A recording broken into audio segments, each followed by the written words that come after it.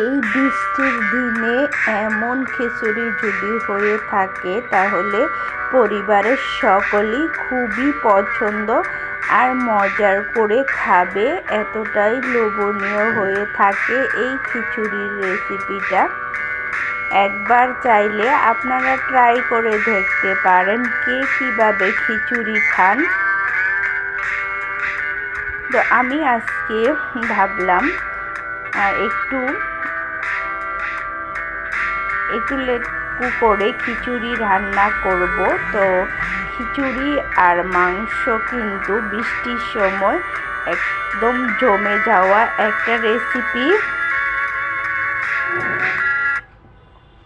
তো আমি কিন্তু খিচুড়ির একদম মাপ অনুযায়ী খিচুড়ি রান্না করি।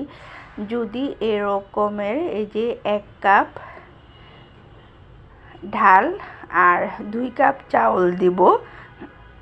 আমি 1 কাপ ডাউলের সাথে 2 কাপ চাউল ব্যবহার করে থাকি।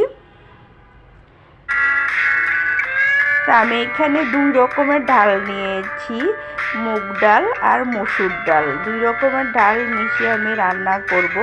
তো প্রথমে কিন্তু ডালগুলো আমি ভিজিয়ে রেখেছি অনেকক্ষণ। তো ভিজিয়ে রাখার পর এরপরে চাউলগুলো ভিজিয়ে রেখেছি প্রায় আধা ঘন্টা ভিজিয়ে। এখন ভালো করে ধুয়ে পরিষ্কার করে পাতিলে দিয়ে দিয়েছি। এখন পাতিলে আমি সামান্য একটু হলুদের ফাঁকি, সামান্য একটু মরিচের ফাঁকি, সামান্য একটু ধনিয়া ফাঁকি, সামান্য একটু জিরা ফাঁকি, আদা রসুনের পেস্ট এখন দিয়ে তেল, একটু গরম মশলা কিছু দিয়ে আমি এখন ভালো করে এটাকে মেখে নেব। সুন্দর করে মেখে পানি দিয়ে চুলায় বসিয়ে দেব।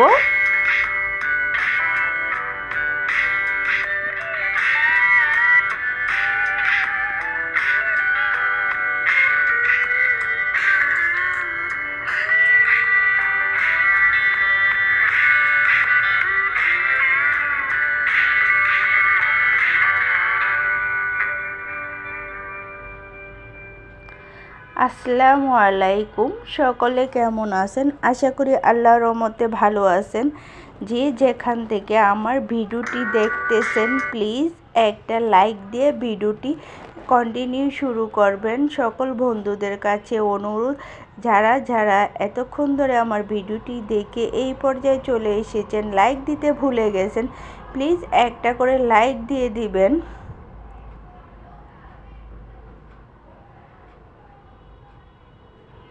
তো এখন আমি খিচুড়িটাকে ভালো করে, আর আমি কিন্তু এই খিচুড়িটার মধ্যে পেঁয়াজ থেতু করে ব্যবহার করি। তো যখন খিচুড়িটা হয়ে আসবে তখন আমি পেঁয়াজ দেব।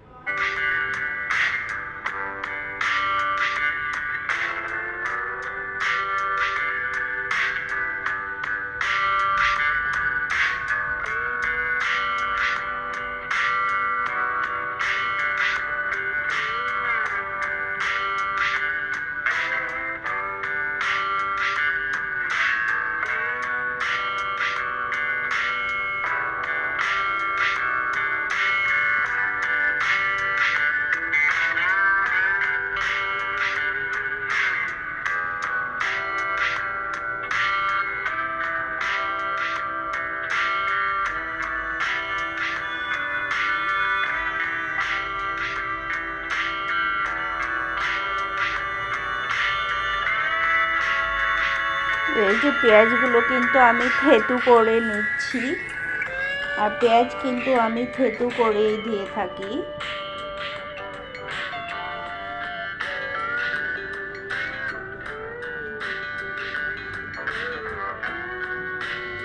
এই পর্যায়ে কিন্তু খিচুড়িটা আমার একদম শুকিয়ে গেছে। আমি নেড়ে চেড়ে খিচুড়িটা একদম খুলে নেব।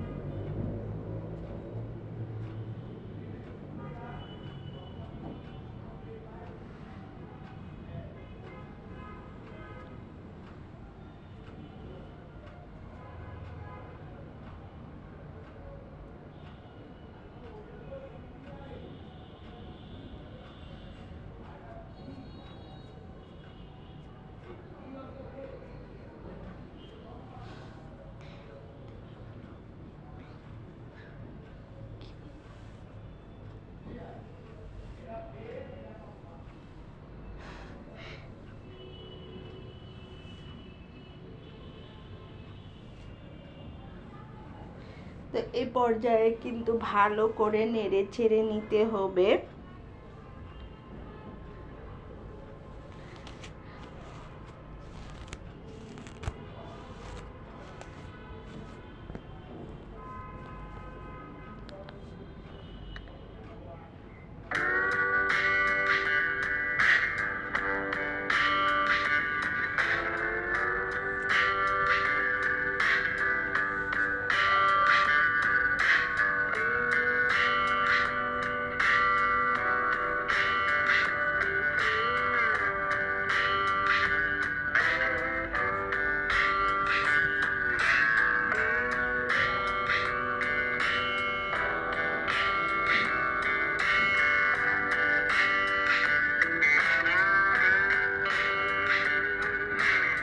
আমি এইখানে কিছু মাংসর ঝোল দিয়েছি। খিচুড়ির মধ্যে কিন্তু মাংস আবার কিছু ঝোল ছিল, তাই আমি দিয়ে দিয়েছি। এটা কিন্তু অত্যাধিক স্বাদ হয় খিচুড়ির মধ্যে যদি মাংসর ঝোল দেওয়া হয়।